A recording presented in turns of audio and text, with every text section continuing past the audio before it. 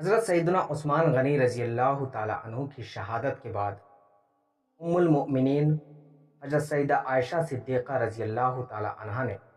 قصاص کا مطالبہ کیا اور اس دوران بصرہ تشریف لے گئیں اور بصرہ پر آپ رضی اللہ تعالی عنہ کا عملی قبضہ ہو گیا۔ حضرت سیدنا علی رضی اللہ تعالی عنہ کو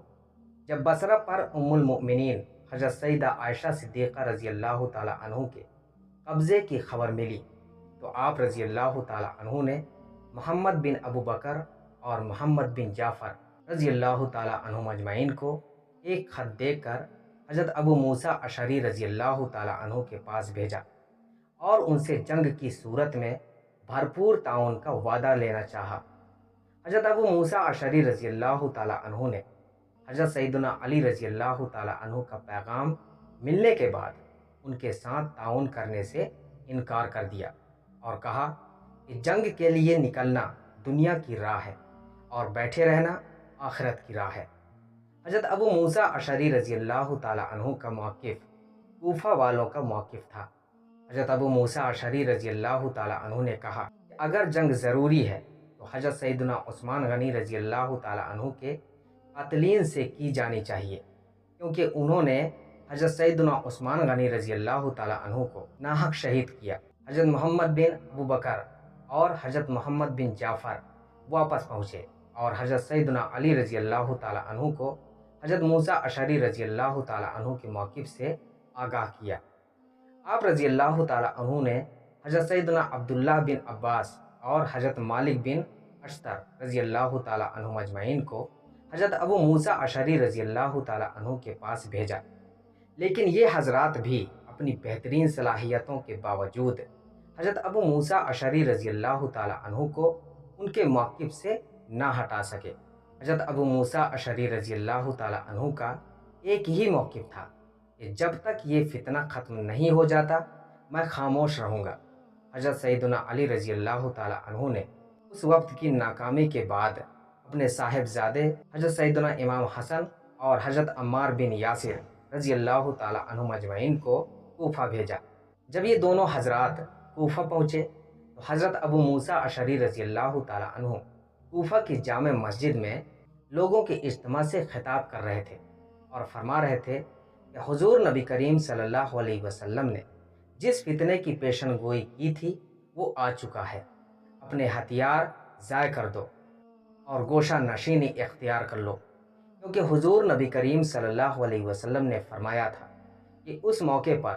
سونے والا بیٹھنے والے سے، بیٹھنے والا چلنے والے سے بہتر ہے۔ حضرت سیدنا امام حسن اور حضرت عمار بن یاسر رضی اللہ تعالی عنہ اجمعین اس وقت مسجد میں داخل ہوئے اور حضرت ابو موسیٰ اشعری رضی اللہ تعالی عنہ سے سلام کرنے کے بعد ان سے گفتگو شروع کی۔ حضرت ابو موسیٰ اشعری رضی اللہ تعالی عنہ نے حضرت عمار بن یاسر رضی اللہ تعالی عنہ کو مخاطب کرتے ہوئے کہا کہ تم نے عثمان رضی اللہ تعالی عنہ کی کوئی مدد نہیں کی اور فاجروں کے ساتھ شامل ہو گئے۔ حضرت عمار بن یاسر رضی اللہ تعالی عنہ کو یہ سن کر غصہ آ گیا۔ حضرت سیدنا امام حسن رضی اللہ تعالی عنہ نے ان دونوں کی مداخلت کرتے ہوئے فرمایا، لوگوں نے اس بارے میں ہم سے کوئی مشورہ نہیں کیا اور سوائے اصلاح کے ہمارا کوئی مقصد نہیں، اور امیر المؤمنین اصلاح امت کے کاموں میں کسی سے خوف نہیں کھاتے۔ حضرت ابو موسیٰ اشعری رضی اللہ تعالی عنہ نے جب حضرت سیدنا امام حسن رضی اللہ تعالی عنہ کی بات سن کر کہا، میرے ماں باپ آپ رضی اللہ تعالی عنہ پر قربان ہوں۔ آپ رضی اللہ تعالی عنہ نے درست فرمایا، مگر تمام مسلمان آپس میں بھائی بھائی ہیں اور بھائی کا خون و مال حرام ہے۔ کوفہ کے لوگ حضرت سیدنا امام حسن رضی اللہ تعالی عنہ کی بہت عزت و توقیر کرتے تھے، اس لیے اہل کوفہ کو حضرت سیدنا امام حسن رضی اللہ تعالی عنہ کے آنے سے ان کی جانب رغبت ہو گئی۔ حضرت سیدنا امام حسن رضی اللہ تعالی عنہ نے ممبر پر کھڑے ہو کر ذیل کی تقریر کی، اے لوگو، ہماری دعوت کو قبول فرماؤ اور ہماری اطاعت کرو۔ اس وقت جس مصیبت میں ہم مبتلا ہیں اس میں ہماری مدد کرو۔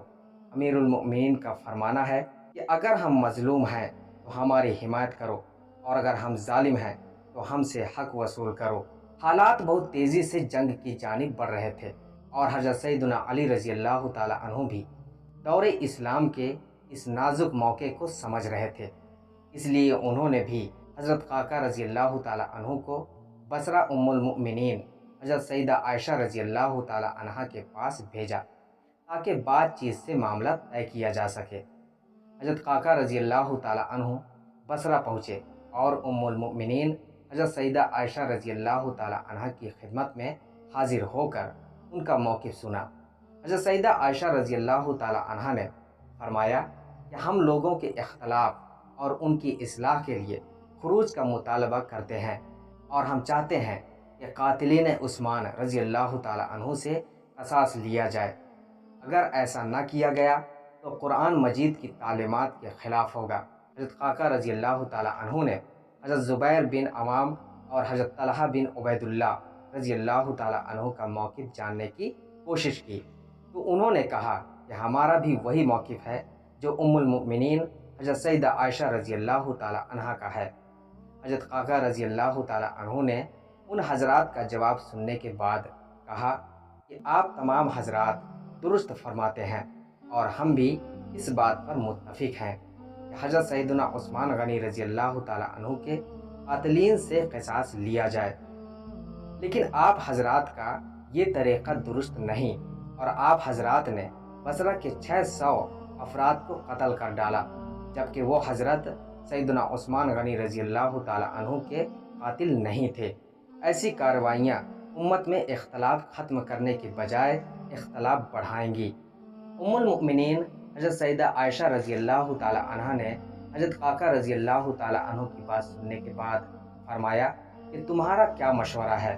حضرت قاقہ رضی اللہ تعالی عنہ نے کہا، المؤمنین آپ رضی اللہ تعالی عنہ ہمارے لیے باعث خیر و برکت ہیں، آپ رضی اللہ تعالی عنہ ہمیں اس خیر سے محروم نہ فرمائیں، مصالحت سے کام لیں تاکہ فتنہ دم توڑ جائے، اور ہم بھی قرآن مجید کی تعلیمات پر عمل کرتے ہوئے حضرت سیدنا عثمان غنی رضی اللہ تعالی عنہ کے قاتلوں سے قصاص لے سکیں۔ المؤمنین حضرت سیدہ عائشہ رضی اللہ تعالی عنہ نے اس مشورے کو پسند کیا اور حضرت قاقہ رضی اللہ تعالی عنہ سے فرمایا کہ میں تمہاری بات ماننے کے لیے تیار ہوں، تم علی رضی اللہ تعالی عنہ کو بھی اس پر آمادہ کرو۔ حضرت قاقہ رضی اللہ تعالی عنہ نے حضرت سیدہ عائشہ رضی اللہ تعالی عنہ کا جواب سنا تو آپ رضی اللہ تعالی عنہ نے خوش ہوتے ہوئے کہا کہ مجھے یقین ہے حضرت سیدنا علی رضی اللہ تعالی عنہ کو بھی اس پر کچھ اعتراض نہ ہوگا۔ حضرت قاقہ رضی اللہ تعالی عنہ کی مصالحتی کوشش کامیاب ہوئی۔ ابن سبا نے جب دیکھا کہ ان دونوں لشکروں کے مابین صلح ہو رہی ہے تو اس نے سوچا کہ اگر انہوں نے صلح کر لی تو پھر یہ حضرت سیدنا عثمان غنی رضی اللہ تعالی عنہ کے قاتلوں کی تلاش شروع کر دیں اور پھر ہمیں کوئی نہیں بچا سکے گا۔ چنانچہ اس نے منصوبہ تیار کیا کہ اس صلح کو کامیاب نہ ہونے دیا جائے۔ ابن سبا نے اپنے لشکریوں کو حکم دیا کہ وہ رات کی تاریکی میں المؤمنین حضرت سیدہ عائشہ رضی اللہ تعالی عنہ کے لشکر پر شب خون مار دے۔ ابن سبا کے لشکریوں نے رات کی تاریکی میں المؤمنین حضرت سیدہ عائشہ رضی اللہ تعالی عنہ کے لشکر پر حملہ کر دیا، جس سے حضرت سیدہ عائشہ رضی اللہ تعالی عنہ کے لشکر نے سمجھا کہ حضرت سیدنا علی رضی اللہ تعالی عنہ نے معاہدہ کی خلاف ورزی کی ہے۔ چنانچہ انہوں نے حضرت سیدنا علی رضی اللہ تعالی عنہ کے لشکر پر حملہ کر دیا۔ منافقین کی کوشش کامیاب ہو چکی تھی اور مسلمانوں کے دونوں گروہ آپس میں لڑنا شروع ہو گئے تھے۔ حضرت سیدہ عائشہ رضی اللہ تعالی عنہ نے اپنے لشکر کو روکنے کی کوشش شروع کر دی تاکہ معاملہ صلح و صفائی سے نپٹ جائے۔ حضرت سیدنا علی رضی اللہ تعالی عنہ نے بھی اپنی فوج کو جنگ سے روکنے کی کوشش کی، لیکن اس دوران جنگ کا دائرہ وسیع ہو چکا تھا۔ حضرت سیدنا علی رضی اللہ تعالی عنہ نے جب تمام معاملہ دیکھا تو آپ رضی اللہ تعالی عنہ نے میدان جنگ میں موجود حضرت طلحہ بن عبید اللہ رضی اللہ تعالی عنہ سے مخاطب ہو کر فرمایا، اے طلحہ، تم نے میری مخالفت میں یہ سب کیا، تم اللہ تعالیٰ کو اس کا کیا جواب دو گے؟ کیا میں تمہارا دینی بھائی نہیں ہوں؟ کیا تم پر میرا اور مجھ پر تمہارا خون حرام نہیں ہے؟ حضرت طلحہ رضی اللہ تعالیٰ عنہ نے کہا، کیا آپ رضی اللہ تعالیٰ عنہ نے حضرت سیدنا عثمان غنی رضی اللہ تعالیٰ عنہ کے قتل میں سازش نہیں کی؟ حضرت سیدنا علی رضی اللہ تعالیٰ عنہ نے فرمایا، اللہ تعالیٰ بہتر جانتا ہے، اور اس کی لعنت قاتلین عثمان غنی رضی اللہ تعالیٰ عنہ پر ہے۔ حضرت طلحہ رضی اللہ تعالیٰ عنہ کے انکار کے بعد حضرت سیدنا علی رضی اللہ تعالیٰ عنہ نے حضرت زبیر بن عوام رضی اللہ تعالیٰ عنہ کو مخاطب کرتے ہوئے فرمایا، اے زبیر، تمہیں وہ دن یاد ہے جب حضور نبی کریم صلی اللہ علیہ وسلم نے تم سے پوچھا تھا کہ کیا تم مجھے یعنی کہ علی کو دوست رکھتے ہو؟ تو تم نے کہا تھا، ہاں یا رسول اللہ صلی اللہ علیہ وسلم، اور حضور نبی کریم صلی اللہ علیہ وسلم نے فرمایا تھا کہ تم ایک دن مجھ سے ناحق لڑو گے۔ حضرت زبیر بن عوام رضی اللہ تعالیٰ عنہ نے جب حضرت سیدنا علی رضی اللہ تعالیٰ عنہ کی بات سنی تو آپ رضی اللہ تعالیٰ عنہ کی آنکھوں میں آنسو آ گئے، اور آپ رضی اللہ تعالیٰ عنہ نے کہا، اے ابو الحسن، آپ رضی اللہ تعالیٰ عنہ اگر مجھے یہ بات مدینہ منورہ میں یاد دلا دیتے تو میں ہرگز آپ رضی اللہ تعالیٰ عنہ کے مقابلے کے لیے نہ نکلتا۔ اس تمام گفتگو کے بعد حضرت زبیر بن عوام رضی اللہ تعالیٰ عنہ اس جنگ سے علیحدہ ہو گئے۔ آپ رضی اللہ تعالیٰ عنہ نے اپنے صاحبزادے عبداللہ بن زبیر رضی اللہ تعالیٰ عنہ کو بھی حکم دیا، لیکن انہوں نے جنگ سے کنارہ کشی اختیار کرنے سے انکار کر دیا۔ حضرت زبیر بن عوام رضی اللہ تعالیٰ عنہ میدان جنگ سے علیحدہ ہو کر تنہا بصرہ روانہ ہو گئے۔ راستے میں احنف بن قیس کے لشکروں کا ایک بدبخت عمر بن الجرموز آپ رضی اللہ تعالیٰ عنہ کے تعاقب میں روانہ ہو گیا۔ آپ رضی اللہ تعالیٰ عنہ نے اس سے دریافت کیا کہ تو میرے ساتھ کیوں آتا ہے؟ اس نے کہا، مجھے آپ رضی اللہ تعالیٰ عنہ سے ایک مسئلہ پوچھنا ہے۔ آپ رضی اللہ تعالیٰ عنہ نے فرمایا کہ میں نماز کی ادائیگی کے بعد تیرے سوال کا جواب دوں گا۔ یہ کہہ کر آپ رضی اللہ تعالیٰ عنہ نماز کے لیے کھڑے ہو گئے، اور اس بدبخت نے آپ رضی اللہ تعالیٰ عنہ کو شہید کر دیا، اور حضرت سیدنا علی رضی اللہ تعالیٰ عنہ کی خدمت میں حاضر ہوا۔ آپ رضی اللہ تعالیٰ عنہ کو جب خادم نے عمر بن الجرموز کے آنے کی خبر دی تو آپ رضی اللہ تعالیٰ عنہ نے فرمایا، اس بدبخت کو جہنم کی بشارت کے ساتھ اندر آنے کی اجازت دو۔ عمر بن الجرموز جب حضرت سیدنا علی رضی اللہ تعالیٰ عنہ کی خدمت میں حاضر ہوا تو آپ رضی اللہ تعالیٰ عنہ نے اس کے ہاتھ میں حضرت زبیر بن عوام کی تلوار دیکھ کر فرمایا، اے بدبخت، یہ وہ تلوار تھی جو عرصے دراز تک حضور نبی کریم صلی اللہ علیہ وسلم کی حفاظت فرماتی رہی۔ عمر بن الجرموز نے جب حضرت سیدنا علی رضی اللہ تعالیٰ عنہ کا کلام سنا تو آپ رضی اللہ تعالیٰ عنہ کو بھی برا بھلا کہنا شروع کر دیا، اور اپنے پیٹ میں تلوار مار کر خودکشی کر لی۔ حضرت زبیر بن العوام کی میدان جنگ سے علیحدگی کے بعد حضرت طلحہ بن عبید اللہ رضی اللہ تعالیٰ عنہ سوچ میں پڑ گئے کہ انہیں بھی میدان جنگ چھوڑ دینا چاہیے۔ بھی آپ رضی اللہ تعالیٰ عنہ اسی سوچ میں تھے کہ مروان بن حکم نے آپ رضی اللہ تعالیٰ عنہ کو تیر مارا، جس سے آپ رضی اللہ تعالیٰ عنہ شدید زخمی ہو گئے۔ آپ رضی اللہ تعالیٰ عنہ کو اسی حالت میں بصرہ لے جایا گیا جہاں آپ رضی اللہ تعالیٰ عنہ بہت زیادہ خون بہہ جانے کی وجہ سے وصال فرما گئے۔ حضرت قعب رضی اللہ تعالیٰ عنہ جو کہ ام المؤمنین حضرت سیدہ عائشہ رضی اللہ تعالیٰ عنہ کے اونٹ کی مہار پکڑے ان کی حفاظت کر رہے تھے۔ حضرت سیدہ عائشہ رضی اللہ تعالیٰ عنہ نے انہیں حکم دیا کہ وہ قرآن مجید پکڑ کر اس بات کا اعلان کریں کہ ہمیں قرآن مجید کا فیصلہ منظور ہے، تم بھی قرآن مجید کا فیصلہ منظور کر لو۔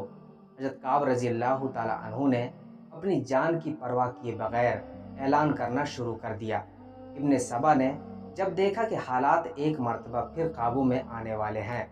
تو اس نے اپنے ساتھیوں کو تیروں کی بارش کرنے کا حکم دے دیا، جس سے ام المؤمنین حضرت سیدہ عائشہ رضی اللہ تعالیٰ عنہ کے بے شمار جانثار شہید ہو گئے۔ ام المؤمنین حضرت سیدہ عائشہ رضی اللہ تعالیٰ عنہ کی حفاظت کرنے والے باری باری شہید ہوتے جا رہے تھے۔ حضرت سیدنا علی رضی اللہ تعالیٰ عنہ نے جب دیکھا کہ جنگ میں کمی کی بجائے شدت آتی جا رہی ہے تو آپ رضی اللہ تعالیٰ عنہ نے سوچا کہ اگر کسی طرح جنگ روکی گئی تو بہت سے اکابر صحابہ رضی اللہ تعالیٰ عنہ شہید ہو جائیں گے۔